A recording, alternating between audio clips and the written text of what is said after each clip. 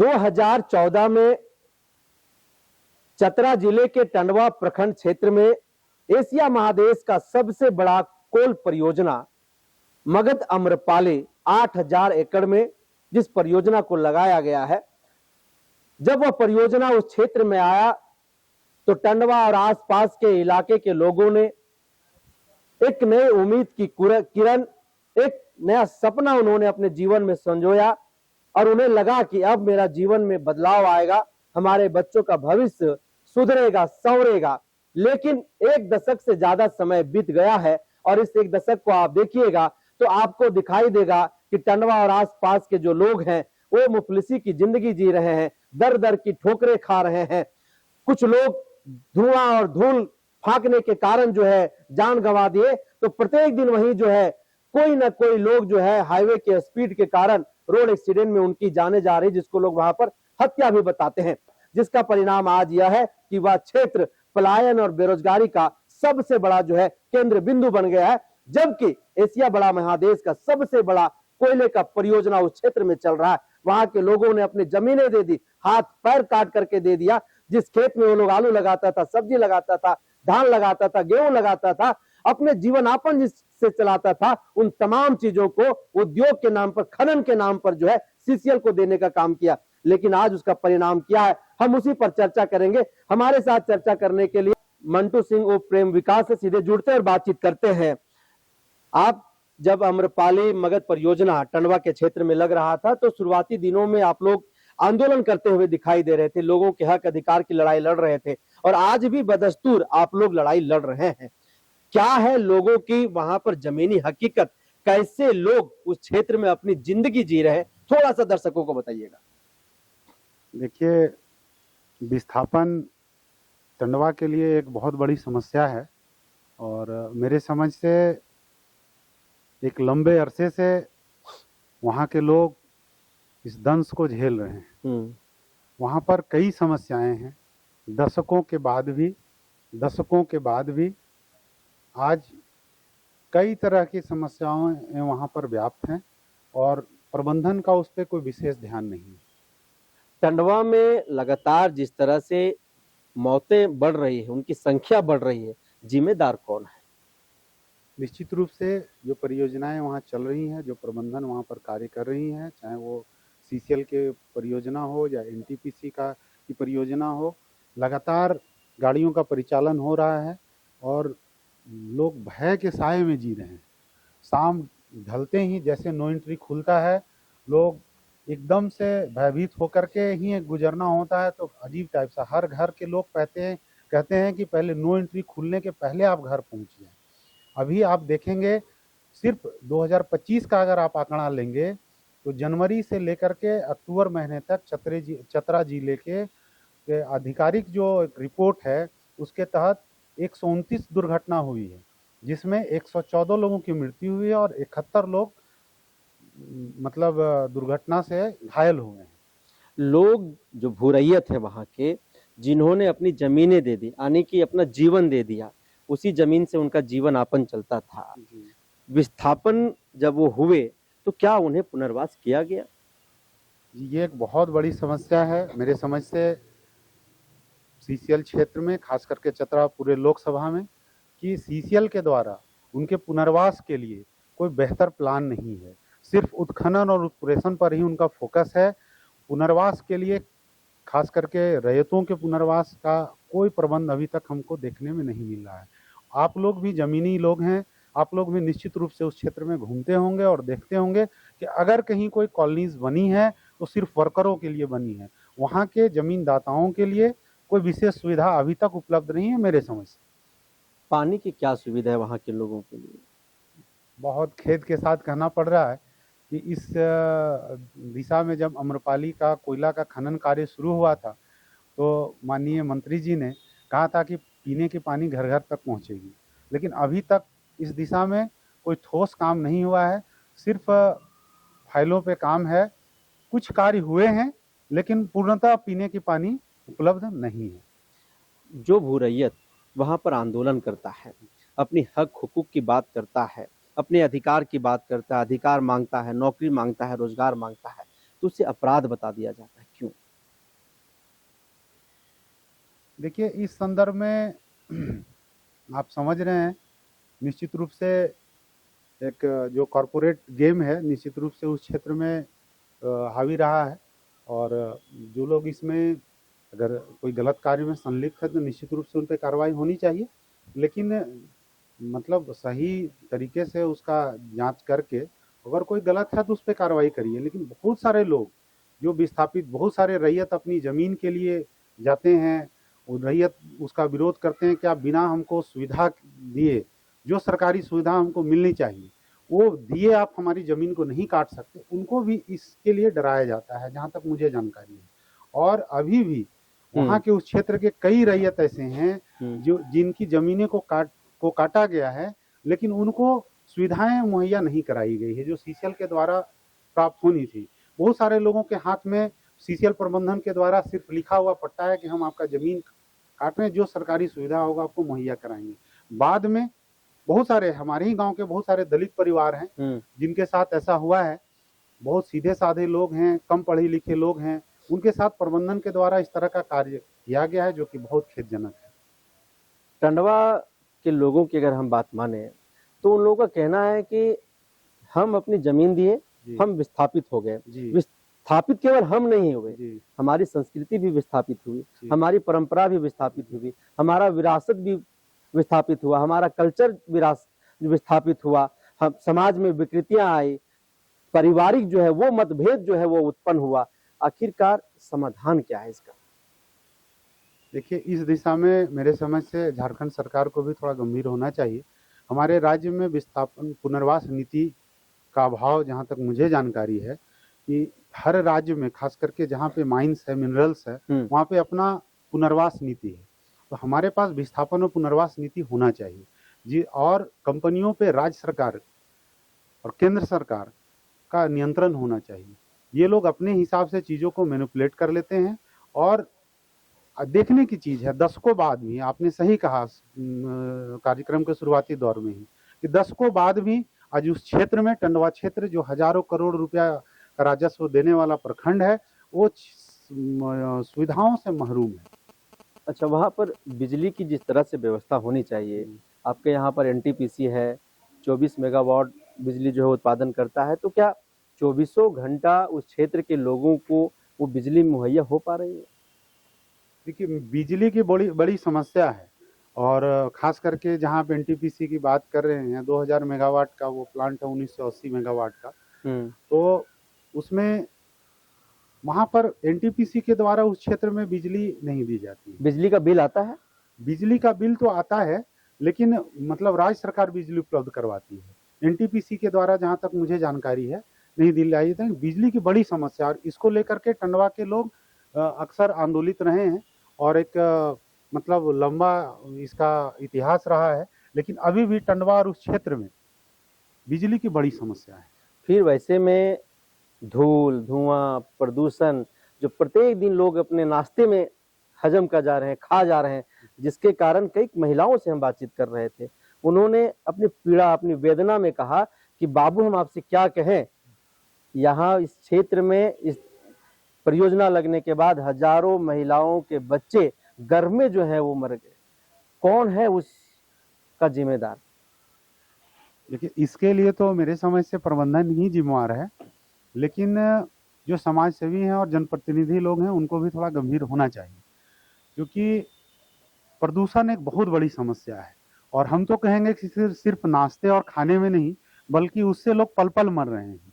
हर पल जब भी हम ब्रीद श्वास ले रहे हैं तो उसमें जो प्रदूषण है हमारे बॉडी के अंदर हम ले रहे हैं, और आए दिन लोग इसमें इसका कई गंभीर बीमारियों से ग्रसित हो रहे हैं। उस क्षेत्र में, परियोजना क्षेत्र के अंदर में प्रदूषण का मानक यंत्र लगना चाहिए।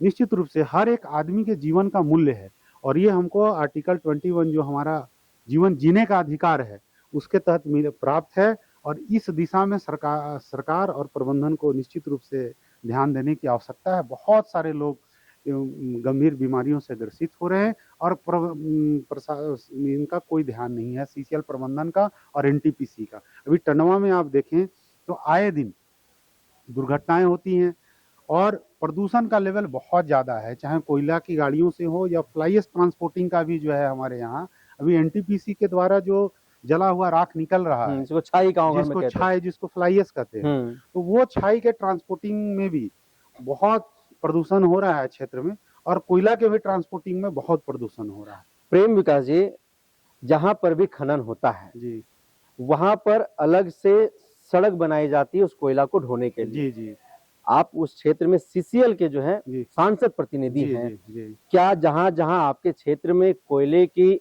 खुदाई हो रही है, जहां से कोयला का माइनिंग हो रहा है, क्या उस क्षेत्र में अलग से रोड बनाया गया है जहां से कोयला वो लोग ढो रहे हैं? क्या ग्रामीणों के लिए अलग से रोड बनाया गया है? और नहीं बनाया गया तो जिम्मेदार कौन है, और क्या क्या उससे नुकसान हो रहा है वो लोगों को बताइएगा। जी, ये निश्चित रूप से हम उस क्षेत्र से हैं और अम्रपाली परियोजना के अंदर विस्थापित ग्रामीण भी हैं, तो इस दर्द से हम वाकिफ हैं और ये बहुत गंभीर समस्या है। जब मगध अम्रपाली परियोजना खुली थी तो प्रबंधन के द्वारा निश्चित रूप से आश्वासन दिया गया था कि हम लोग जल्द ही 1.5-2 साल के अंदर अपना ट्रांसपोर्टिंग सड़क बना लेंगे, लेकिन आज तक 1 दशक से अधिक बीत जाने के बाद भी अपना कोयला का ट्रांसपोर्टिंग का सड़क नहीं बना है। लेकिन अभी हमारे वर्तमान समय में जो माननीय सांसद महोदय हैं इस विषय को लेकर के गंभीर हैं और वहाँ के ग्रामीण भी इस चीज़ को लेकर के बहुत ज़्यादा चिंतित हैं। तो माननीय सांसद महोदय ने ग्रामीणों की समस्याओं को लेकर कोयला मंत्रालय में जो इनकी मीटिंग हुई थी उसमें ही उन्होंने कहा है कि आप एक नया कोल कॉरिडोर आप बनाएं जिससे कोयला का ढुलाई हो, और जो पब्लिक सड़क से भी ट्रांसपोर्टिंग हो रहा है, अभी जो कोयला का ट्रांसपोर्टिंग हो रहा है मैक्सिमम पब्लिक सड़क से हो रहा है। कुछ रेलवे साइडिंग के लिए कुछ सीसीएल के द्वारा अपना ट्रांसपोर्टिंग सड़क बनाया गया, लेकिन मुख्यतः जो मैक्सिमम जो कोयला की ट्रांसपोर्टिंग हो रही है मेरे समझ से, मेरी जानकारी में, और वो पब्लिक सड़क से हो रही है। न उस सड़क का डिजाइन हेवी गाड़ियों को चलने में सपोर्ट करता है, न उसका कैरिंग कैपेसिटी उस तरह का है, फिर भी उस क्षेत्र के लोग इतने भोले हैं कि उस अपनी सड़क से कोयला का ट्रांसपोर्टिंग होने दे रहे हैं और राष्ट्र हित में अपना योगदान दे रहे हैं, लेकिन आए दिन लगातार दुर्घटना घटित हो रही है और ये दिन ब दिन बढ़ते ही जा रहा है, इस पे कोई विराम नहीं लग रहा है।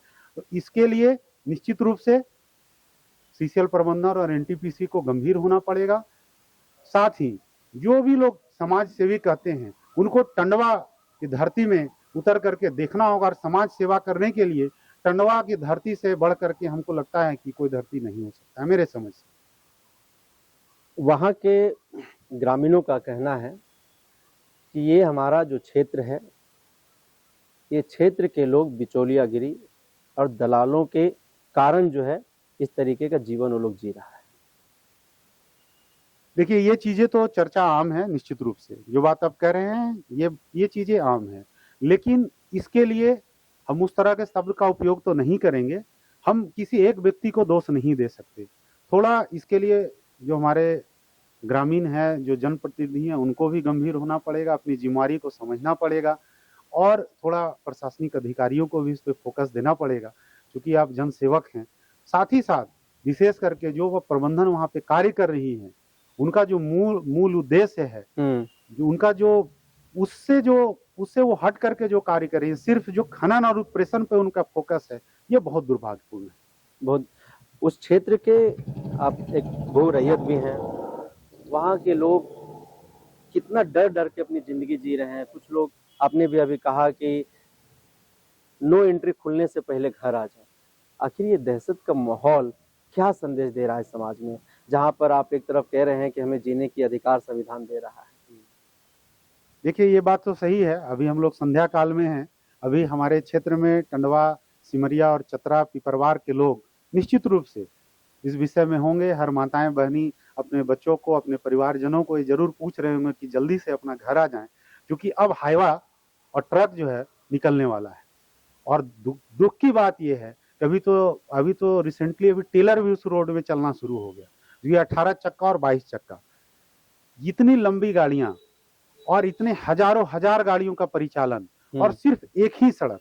अभी इसके लिए पूर्व में सिमरिया टंडवा रोड से अभी वर्तमान में मैक्सिमम ट्रांसपोर्टिंग हो रहा है, लेकिन इसके पहले बड़का गांव भी रोड से ट्रांसपोर्टिंग होता था। तो वहां के लोग कुछ दुर्घटना होने के बाद जमीन पर उतर करके और प्रशासन से मांग किए।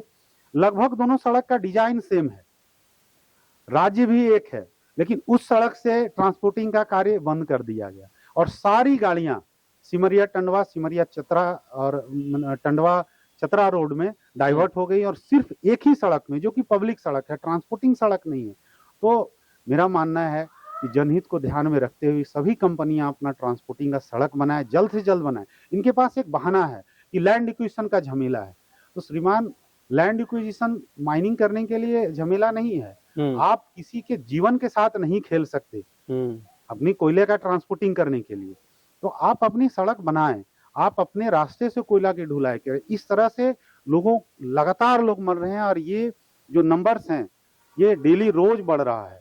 2014 में जब वहां पर आम्रपाली मगध परियोजना शुरू हो रहा था, आप भी उस वक्त उस लड़ाई के एक हिस्सा थे। क्या आप लोगों ने सपना देखा था, क्या सपना, क्या उम्मीद की नई किरण आप लोगों को वहां पर दिखाई दे रहा था, और आज जब 11 वर्ष बीत चुका है, क्या है परिस्थिति? देखिए, ये बड़ी दुख भरी दास्तान है।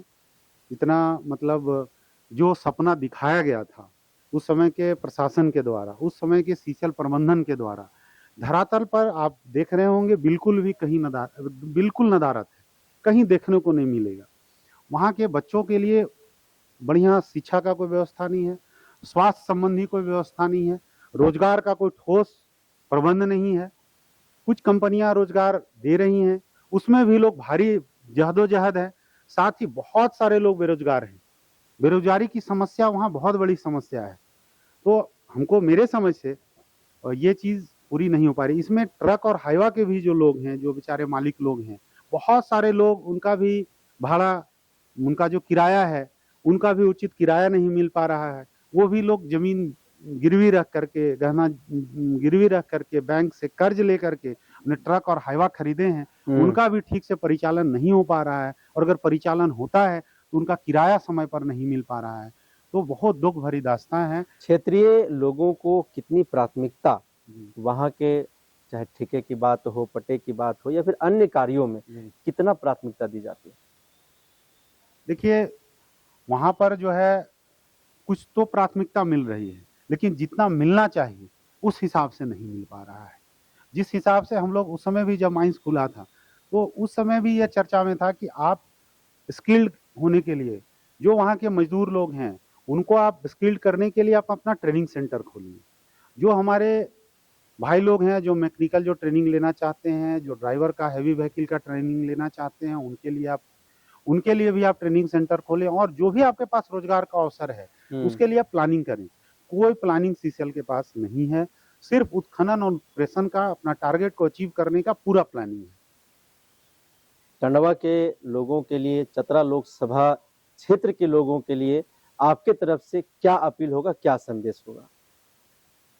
देखिए, टंडवा के लोगों के लिए और उस क्षेत्र के लोग के लिए तो हमारा दिल का रिश्ता है। नंगे पांव चले हैं और वहीं पले बढ़े हैं, उन्हीं के साथ बड़े हुए हैं, उन्हीं का उंगली पकड़ करके किसी के साथ चलना सीखा है, किसी के साथ पढ़ाई की है। तो एक दिल का रिश्ता है। वहाँ के लोग बहुत भोले हैं और बहुत अच्छे हैं, सामान्य लोग हैं, लेकिन उनके साथ बहुत ज्यादती हो रही है। तो इसमें हम वहाँ पर काम करने वाली कंपनियों से हम विनम्र आग्रह करेंगे कि आप उनके साथ इस तरह से नहीं खेलें। सबसे बड़ी समस्या कहाँ है कि ये जो कंपनियां कार्य कर रही हैं, ये कंपनियां सीसीएल के द्वारा मिलने वाली जो सुविधा है, गरीब लोगों को सही से पता नहीं है कि सीसीएल के द्वारा हमको क्या मिलना चाहिए। इसके बारे में लोगों को कोई जानकारी नहीं है। इसके लिए कैंप लगा करके लोगों को बताना चाहिए कि हमको क्या क्या सुविधा डिलीवर करना है, क्या ग्रामीणों को देना है और क्या अभी तक हम दे पाए हैं। आखिरी सवाल हम आपसे ले रहे हैं। आम्रपाली अपना 4th फेज का खनन शुरू करने जा रही है। लोग बता रहे थे कि NCC Nagarjuna company something South India की कंपनी, वो आकर के काम ली हुई है। क्या है आप लोगों की प्रतिक्रिया इसको लेकर? देखिए, कंपनी जो भी कार्य कर रही है उनका स्वागत है, उसमें कहीं कोई दिक्कत नहीं है। लेकिन वहाँ जो बेरोजगारी की समस्या है, वहाँ जो व्याप्त अन्य समस्याएं हैं, चूंकि ये 7 साल का काम एनसीसी के द्वारा है, वहाँ पुनर्वास, उनको सैकड़ों परिवार को हटाना है, पुनर्वास का भी प्रबंध उनके पास क्या है, ये तमाम चीजें हैं। बेरोजगारी की समस्या है और भी जो अभी तक सीसीएल चला वो उससे क्या डिलीवर वहाँ हो के पाया। लोगों का हो पाया, ये जानने का अधिकार है वहाँ के लोगों का।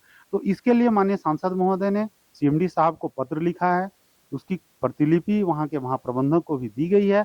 ये आप आम सभा करवा करके और ग्रामीणों से वार्ता के उपरांत, सहमति के उपरांत ही अपना कार्य करें। तो केंद्र से लेकर के राज्य सरकार जो है वो अपने केवल राजस्व के ऊपर जो है ध्यान केंद्रित करके रखी हुई है। जनता सीधे तौर पर अगर गांव घर की भाषा में मैं कहूं तो जनता भाड़ में जाए, सरकार को कोई लेना देना नहीं है। लेकिन यही वो लोग हैं, जब उन लोगों के बीच में जाते हैं तो बड़े बड़े उनसे दावे करते हैं, बड़े बड़े उनको उम्मीदें देते हैं, उन्हें सपने दिखाते हैं। लेकिन अंतों क्या होता है, अगर यह देखना है तो जाकर के आपको जहां जहां इस क्षेत्र में कोयले का खनन हो रहा है, चाहे वो अबरक का खनन हो रहा है, उन क्षेत्रों में जाकर के देखिए तो वहां पर आपको जमीनी हकीकत जो है वो आपको दिखाई देगा। तो पता चलेगा कि वहां के लोग जो उम्मीदें दी गई थी, जो सपने दिखाए गए थे, उससे कोसों दूर जो है वो लोग हैं और आज भी बेबसी की जिंदगी जी रहे हैं, लाचारी की जिंदगी जी रहे हैं, डर के साया में अपनी जिंदगी जी रहे हैं। और वहां के लोग दूसरे राज्यों में पलायन करने को मजबूर है, दूसरे राज्यों में अपनी रोजी रोटी के लिए, अपने घर के जीवनापन, परिवार के जीवनापन के लिए जो है वो दूसरे राज्यों में पलायन कर रहे हैं। हालांकि चतरा लोकसभा क्षेत्र से संबंधित जो खबर लगातार हम आप तक पहुंचाते रहे और यह पहुंचाते रहेंगे तब तक जब तक वहां के लोगों को न्याय नहीं मिल जाएगा। और ऐसे ही व्यक्तित्व, ऐसे शख्सियतों से, ऐसे समाज के अगुआ से, ऐसे ही आंदोलनकारियों से उनकी प्रतिक्रिया, उनसे बातचीत करके आप तक पहुंचाते रहेंगे। तब तक आप बने रहिए ग्राम सभा टीवी के साथ, द जनसभा के साथ, और हमें दीजिए इजाजत। नमस्कार।